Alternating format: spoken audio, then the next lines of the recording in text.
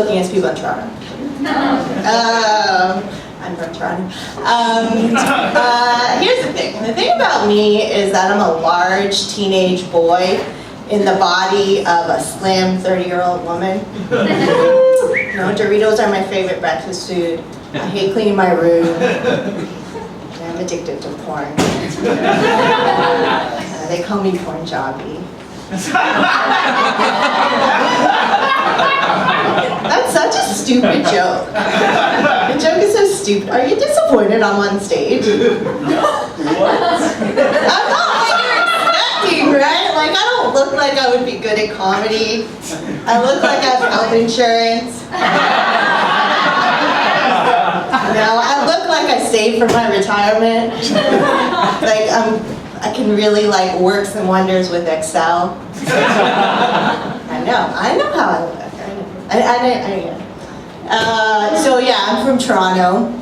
Sorry to put you guys down right off the jump. That wasn't my intention, but yeah. So I'm here for the summer because like our whole country was like locked down for an entire year. So I had to escape to freedom, your freedom. So I had to escape. I had to escape because our vaccine supply was delayed. And so I'm here, and I set up shop in Brooklyn. Yeah, I was expecting like tree-lined streets and cafes everywhere, but I have to say I'm disappointed. Yeah. My neighborhood isn't as gentrified as I hoped it would be.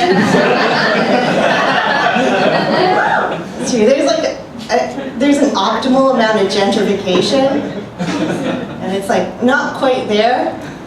You know, there's like a gentrification sweet spot between Crown Fried Chicken and like organic grocery stores, and it's like not quite there.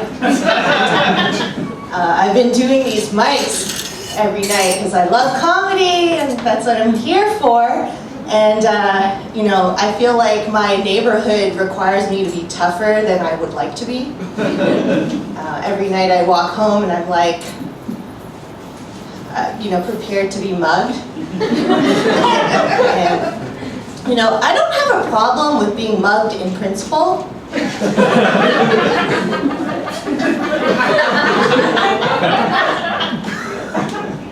It's just the timing is wrong. Timing's wrong.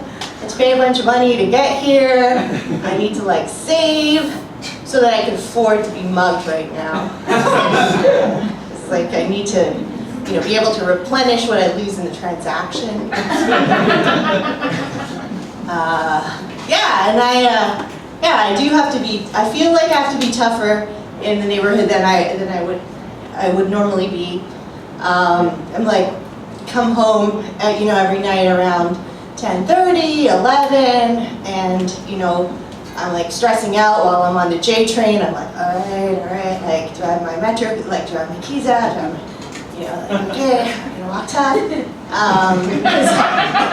It's true, and I'm like, okay, you know, because I'm worried that I'm gonna get snapped up by a trafficker. I know that's stupid, right? Like, you know? Like, I'm not cute enough to be trafficked. Am I cute enough to be trafficked?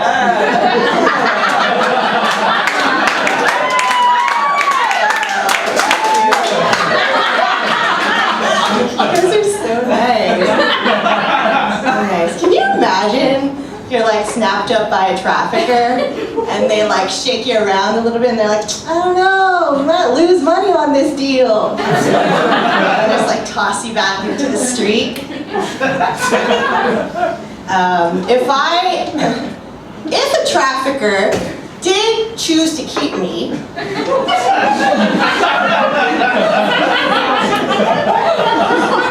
just go with me. Like in this hypothetical situation where a trafficker did choose to catch and keep me versus the catch and release. Catch and keep me. I have a plan.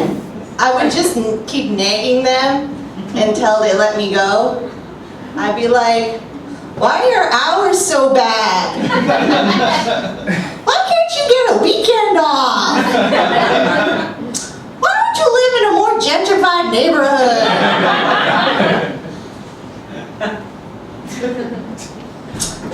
Yeah, I mean, I would feel safer if there were more shops around.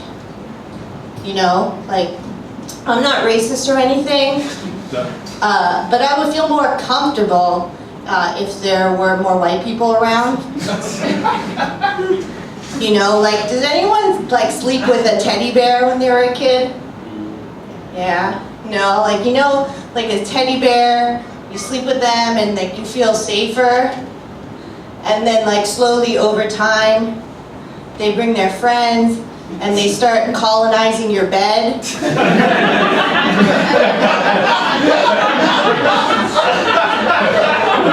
Until the point where you don't even have room to sleep there anymore. And you have to move farther out of your way in order to find a place to rest. That's how I feel about white people in the neighborhood. I know. Whenever I tell this joke to like Black and Hispanic friends of mine, they're like,